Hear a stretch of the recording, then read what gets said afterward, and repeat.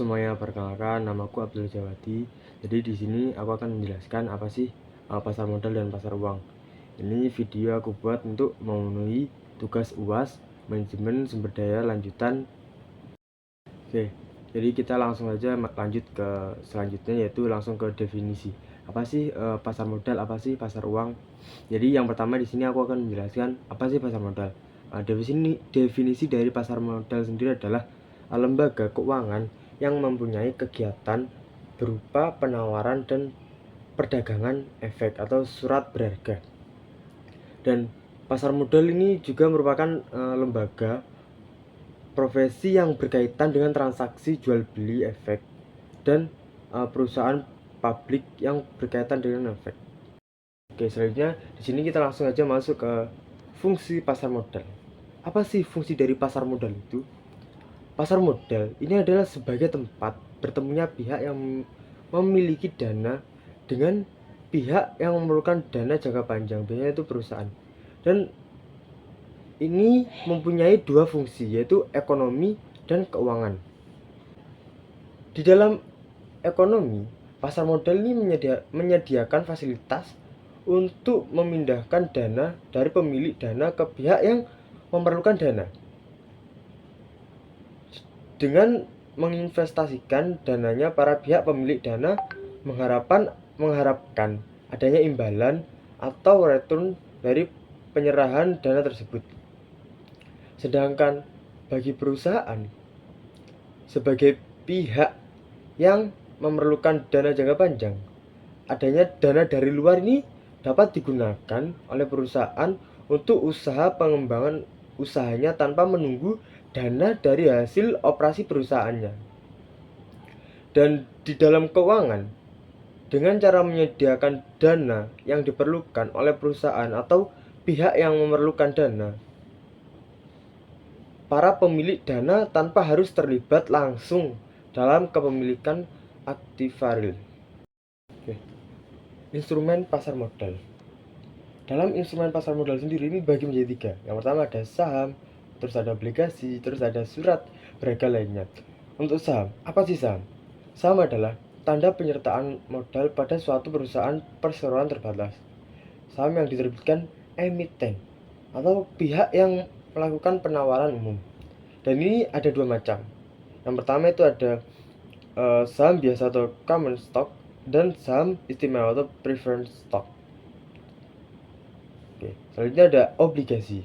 Obligasi adalah surat pengakuan hutang suatu perusahaan yang akan dibayar pada waktu jatuh tempo sebesar nilai nominalnya. Dan penghasilan yang diperoleh dari obligasi berupa tingkat bunga yang akan dibayarkan oleh perusahaan penerbit obligasi tersebut pada saat jatuh tempo. Dan yang terakhir ada surat berharga lainnya.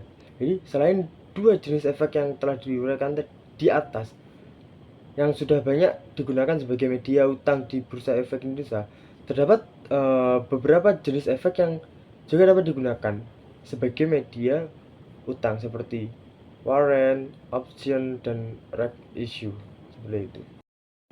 Jenis pasar modal. Jenis pasar modal sendiri ini dibagi menjadi dua. Yang pertama ada pasar perdana dan yang kedua ada pasar sekunder. Untuk pasar perdana dulu. Jadi pasar perdana ini adalah penjualan perdana efek atau penjualan efek oleh perusahaan yang menerbitkan efek sebelum efek tersebut dijual melalui bursa.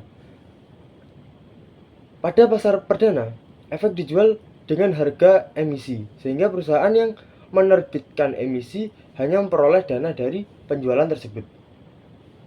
Yang kedua ada pasar sekunder. Untuk pasar sekunder adalah penjualan efek setelah penjualan pada pasar perdana berakhir. Pada pasar sekunder, ini harga efek ditentukan berdasarkan kurs efek tersebut. Naik turunnya kurs suatu efek ditentukan oleh daya tarik menarik antara permintaan dan penawaran efek tersebut. Oke, kita langsung lanjut ke selanjutnya, itu pasar uang.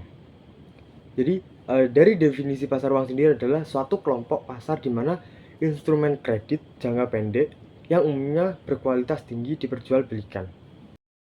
Di sini ada ciri-ciri pasar uang. Ciri-ciri sendiri di sini saya tuliskan ada 3. Yang pertama ada menekankan pada pemenuhan dana jangka pendek. Yang kedua ada mekanisme pasar uang. Dan yang terakhir ada tidak terikat pada tempat tertentu. Dan untuk mekanisme pasar uang sendiri itu, pasar uang sifatnya ini abstrak. Jadi tidak ada tempat khusus seperti halnya dengan pasar modal. Jadi transaksi pada pasar uang ini dilakukan secara OTC atau over the counter market. Dan untuk pelakunya sendiri dari pasar uang ini ada banyak. Yang pertama ada bank, ada yayasan, ada dana pensiun, terus perusahaan asuransi, perusahaan-perusahaan besar, ada lembaga pemerintahan, terus individu masyarakat, ada juga lembaga keuangan lainnya. Di sini ada fungsi pasar uang. Jadi apa sih fungsi dari pasar uang itu sendiri? Di sini saya tuliskan ada 4. Yang pertama ada sebagai perantara dalam perdagangan surat berharga berjangka pendek. Yang kedua ada sebagai penghimpun dana berupa surat-surat berharga jangka pendek. Dan yang ketiga ada sebagai sumber pembiayaan bagi perusahaan untuk melakukan investasi. Dan yang terakhir di sini ada sebagai perantara bagi investor luar negeri dalam menyalurkan kredit jangka pendek kepada perusahaan yang ada di Indonesia. Oke, di sini ada tujuan pasar uang. Jadi apa sih tujuan dari pasar uang sendiri? Dan ini ada 2 spesifikasi. Jadi tujuan pasar uang dari pihak yang membutuhkan dana dan tujuan pasar uang dari pihak yang menanamkan dana. Kita bahas dulu dari pihak yang membutuhkan dana. Jadi kalau dari pihak membutuhkan dana ini ada 4. Yang pertama untuk memenuhi kebutuhan jangka pendek. Yang kedua untuk memenuhi kebutuhan likuiditas. Yang ketiga untuk memenuhi kebutuhan modal kerja. Dan yang terakhir kemungkinan perusahaan sedang mengalami kalah clearing. Sedangkan dari pihak yang menanamkan dana itu ada 3 tujuan. Yang pertama untuk memperoleh penghasilan dengan tingkat suku bunga tertentu. Yang kedua untuk membantu pihak-pihak yang mengalami kesulitan keuangan. Dan yang terakhir itu spekulasi, kebutuhan adanya pasar uang. Jadi apa sih kebutuhan dari adanya pasar uang? Alasannya itu kenapa pasar uang sangat dibutuhkan dalam sistem perekonomian? Karena masih banyaknya perusahaan serta individu yang mengalami arus kas yang tidak sesuai antara inflows dan outflows. Di sini kita masuk ke pembahasan terakhir, yaitu perbedaan pasar uang dengan pasar modal. Ini perbedaan sendiri bisa dilihat dari beberapa aspek. Yang pertama ditinjau dari produknya. Yang kedua ditinjau dari tingkat return dan resikonya. Yang ketiga ditinjau dari hasilnya. Yang keempat ada ditinjau dari otoritasnya.